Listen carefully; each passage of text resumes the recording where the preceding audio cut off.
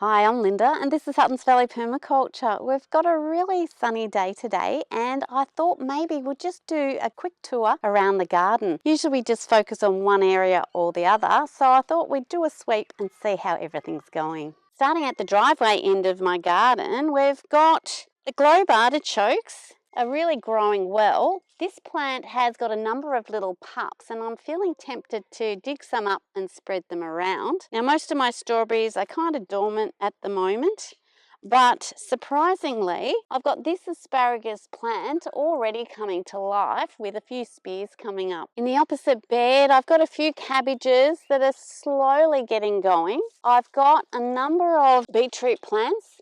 There's some golden beetroot and some Chioggia beetroot over there. And there's various Asian greens and lettuces that are sort of getting going. There's still some old tomato plants in this area that really need to be pulled out. And my celery plants over there are quite tall. I have been harvesting quite a few stalks off each of those plants. Just passing these lovely zinnias, we've got my carrot bed and some volunteer tomatoes, which are kind of just finishing off as well. I might just throw this lot to the chickens. Along a bit further, I've got some more lovely zinnias, some more celery that I've been harvesting from, and some struggling little brassica plants that I put in and got pretty eaten as soon as I did put them in. Further along, we've got my snow peas, half of which on this side have fallen off. This side is affected with powdery mildew, but the other end's still looking pretty good and still producing a few snow peas to add to a stir fry. Below the snow peas, I've got some Savoy cabbages, which are just slowly doing their thing and starting to build quite a head in there. There's lettuce hiding in here as well. Just beyond the snow peas, on the edge of this garden bed, I've got some fennel bulbs, which are really starting to get thick. And it won't be long before I'll be harvesting some of these. Now we've recently seen down this end of the garden and there's nothing much to show, but these little plants are still in there and hopefully we'll be getting bigger soon, although that one looks like it's been a bit snapped. And the earwigs have stopped eating this one. It looks like some nice new leaves coming. So hopefully some Chinese cabbage one day in the future. In this garden bed we've got some cauliflower. Now I think they're the traditional white variety. I think they're just starting to form heads. These are quite small plants still. I think they were a snowball, which is probably, a smaller plant than some of the collie plants. And I've got this magnificent colour, that's a mustard green, next to the curly leaf endive, which is great in a salad. And of course we've got the green and the maroon colour Mizuna, also great in salad. And I can't believe I've still got some beautiful nasturtium flowers in the garden. We haven't really had that hard frost that knocks everything out. On the other side of the trellis, it looks very similar, except the plants seem to be a bit larger. And what have we got happening in here? I think probably that's a white cauliflower. We've got some down the end here, which probably will be the purple. More mustard greens. And just collies that are sort of getting there. And just hiding in here, I wasn't sure whether it would survive, is a little hollyhock. And just next to it here is a little chicory plant that's slowly getting going. And I've got another one here, which is a darker colour and looks really great in a salad. Now here I've got another huge chicory plant. It is a bit inundated with slugs and snails, but they still seem to leave plenty for me to enjoy. You've just got to kind of wash them off a bit. So I've been harvesting from this plant, and pretty soon I think I'll need to pick both this head of collie and this beautiful purple head as well. They're such big plants, these collie plants. Just below the collie I've got another chicory. And this is another little wombock, which looks like it's slowly getting going. It was a bit munched as soon as I put it in here. And on the other side of that same garden bed, this plant's just getting going. Look at that huge leaf. I've got a couple of little cabbages that I've added in here that are surviving. Cabbage. This cabbage doesn't really seem to be heading up properly. That one might go to the chickens one day. This little garden bed here, I planted a few lettuces, which some remain. Chicory seems to just pop up everywhere, and these endives just love winter, so they're big and huge. Now, I had planted a potato in here, which I didn't know whether it was kind of a bit too old, but there is one shoot coming up. And just on my trellis are some sugar snap peas that have taken a little while to get going, but I'm hoping they're starting to make their way up this trellis now. Now I've got some gorgeous Tuscan kale here that I've been harvesting from, and this cauliflower is one of my green varieties, which I thought one of those purple ones was going to be, but this is the green Macerata cauliflower, and it's just getting started here. Little cabbage seedlings are hanging in there. This here is a bunch of volunteer plants, some curly leaf parsley, some California poppy. This is a chicory plant, and that's another chicory. And at the moment, because we haven't really had a hard frost to knock these plants back, I've got some beautiful nasturtiums still, looking great in the garden. Now this little patch here is a patch of leeks, some of which I dug up as seedlings and transplanted, and some of them were little bulbils that I found growing in other areas. Now the ones that were seedlings look to be slightly thicker than the others, and slightly darker in colour, so they're probably a different variety of leek. Of course there's random potato plants in amongst it all. So a bit of potato and leek soup one day might be in order. And it's much the same in my former broccoli patch. This is the only one with little broccoli heads. They're tiny little side shoots on that plant. This one's just a rogue brassica plant. Oh, we do have a little bit more broccoli on some of those plants still. It's funny, these were mostly chopped right off, but the plant just still wants to keep growing, so isn't that interesting? Never give up on your broccoli plants, although maybe we can for these two. This area here I haven't touched for a while. It's mostly volunteer chard plants that I do pick from occasionally and throw to my chickens. There are a few radishes growing as well,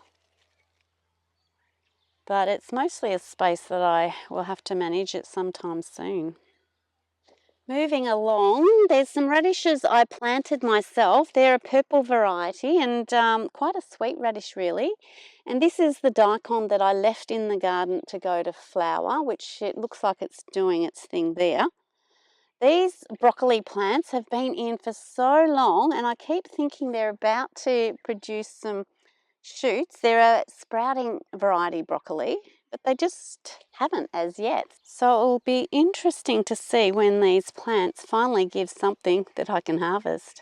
Now also in the bed with the sprouting broccoli is the garlic that I dug up out of another garden and transferred here. And there's little spinach plants that I suspect are being mostly munched down by slugs and snails, but there's a few that are getting going. This plant here is a flowering parsnip plant. The bees will be loving that soon. And just in the same garden, we've got lots of other older plants, some of which have gone to seed. So we're not going to be short of parsnips in this area. It's actually an opportune time to think where else I might want some parsnips and spread these around the garden. In this garden, we've got more of the volunteer Swiss chard, and this plant here is a sweet potato that I planted a bit late in the season, so it didn't really do anything much, but I'm actually thinking of seeing if I can propagate it and keep it going through winter so I can replant it again come spring. So I might be doing that with this little plant soon, maybe at the end of the video. Just over the back there, we've got a couple of, well, 4 or 5 little auric plants. That's a mountain spinach, which you use in just the same way as normal spinach. Now in this section of the garden, I've got Asian greens, a little tatsoi. The bok choy is already going to flower, so I might grab that soon and enjoy it. I've got sort of larger plants and smaller plants here.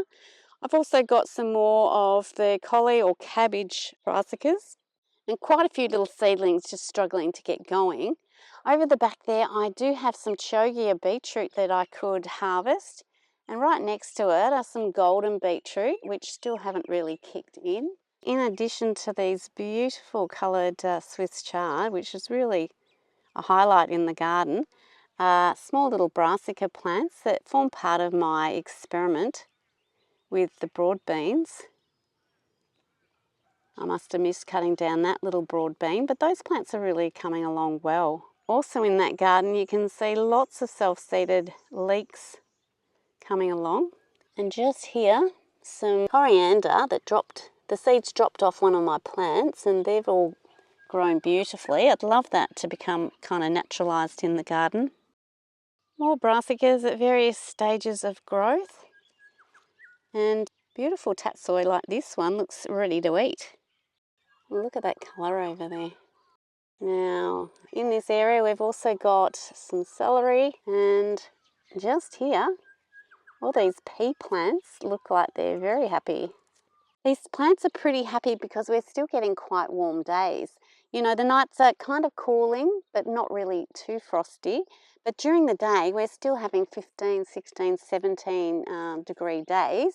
Whereas usually in winter, it gets to about like a 10 degree average. So it's still quite warm. And I'm pleased that I planted these even though it was still quite late. Same with these beetroot we've got going. And here I've got some more of the Tuscan kale, again in a broad bean experiment. The broad bean as a green manure around the plant. So they're doing great in there.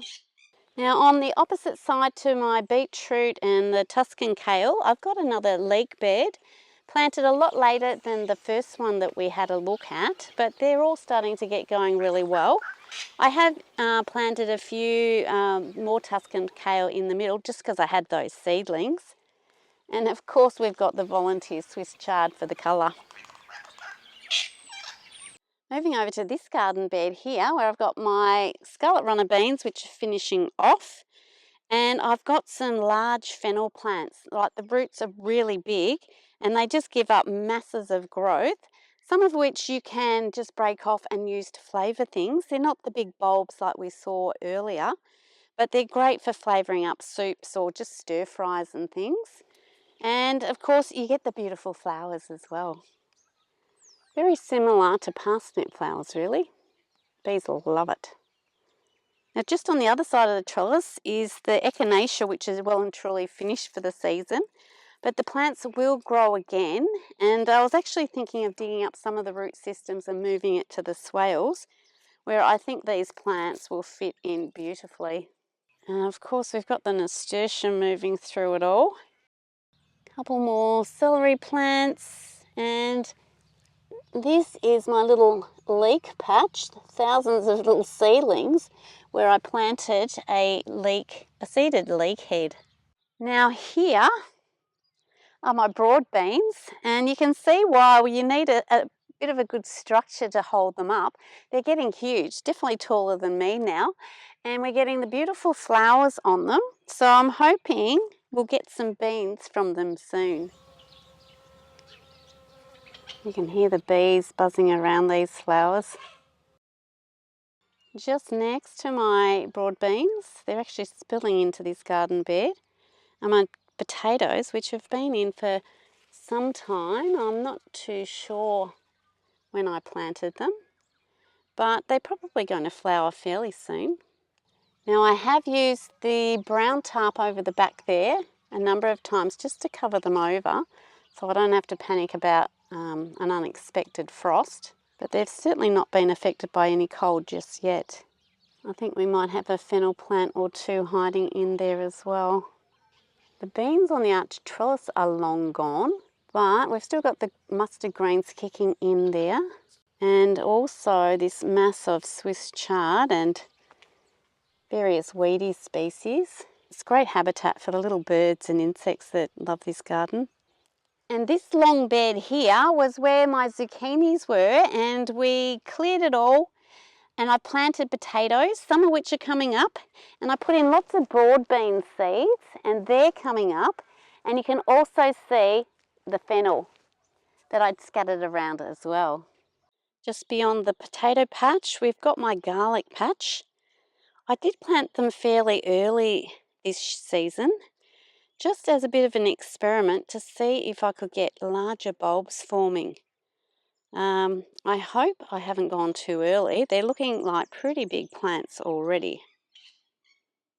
And in this garden bed, I've got various brassicas because it's winter. They do grow very well here. These ones are broccoli, and they're just starting to form some heads now. Although I do have some collie as well. They're a little bit behind and haven't really kicked in as yet. This is a patch of self-seeded parsnip plants, so that other area will probably look a bit like this, although we have thinned this one out a little bit to hopefully create some bigger roots. So yeah, lucky I love parsnips because they grow pretty easy in this garden. Hiding in here below my zinnia and my Tagesasti tree that volunteered here, another couple of brassica plants. They're not really getting the light that the other side is getting, but by the time I harvest those down and kind of let the light through, then we'll have these coming on and should extend the harvest really. Right down the end of the garden, I've got my onion bed, which I've planted at various times. Some I've grown from seeds myself and planted, and these ones, which are the largest looking ones, I bought and planted in clumps together to see how that goes. But you can see there's small plants here, medium-sized plants and larger plants, which again I hope will extend the harvest. On the edge of the garden, you'll see plants that are everywhere in my garden. I've got my Swiss chard for the chickens. I've got some huge potato plants, so I'm expecting some good potatoes out of that lot. And just over here, we've got a few more leeks growing. So you can see what loves to grow in my garden. Not many of my summer plantings remain in the garden. These jalapeno peppers will soon be harvested. Only a few have turned red. There's still a few green ones that I'll be grabbing soon. There's still some wilderness zones, but I'm slowly getting on top of it all. But moving on to the last garden bed, we have the one that I cleared recently and turned it into a carrot bed with chamomile in it. So quite a number of tiny little chamomile, which will grow beautiful flowers come spring. And the slugs still haven't found quite a number of these carrot seedlings, so I've kind of got a little bit of hope for them. This patch of spring onions has been here for a couple of years really. It just seems to keep going and gives me a great resource to use to make sort of onion salts or things like that, or just add to soups and things. You can grab a huge handful and then it just seems to keep growing. So that's fantastic. And this is my recently created strawberry bed, which it's still got a few flowers and things coming on it. So it must be in a good spot. You can see the sun hitting it right now. Might need a weed soon. There's various radish plants and grasses starting to grow. Now that's the garden tour complete, but what I thought we could do before we go is just dig up this sweet potato. I'm also going to take these vines and pop that into water, and I might sort of trim those down and see if I can get some plants growing from that. And if I keep it kind of warm through winter, I'm hoping to be able to replant it. So I'm going to take a lot of these vines and see what I can do with them. I've got my bucket of water here to put them straight into, and then I'll be dealing with them when I get to the house. So I'm doing this before we get a first frost so that these vines are still good to go. Anyway, that's all my vines in the bucket. Let's see if I've actually got a tuber in here or not. Now, I had just bought this little plant from the shop. It looked a bit sad, so I thought I'd get it and just see what I can do with it. I didn't have much hope that we'll get going. Yet there's nothing there as yet, but I might just pot that up and keep that like in my little greenhouse and keep it protected from the cold and see if we can just replant that in spring. Well, my little plant didn't give me any tubers, but maybe if I can keep it alive throughout winter and get it into the ground, I might be able to harvest something from it next season.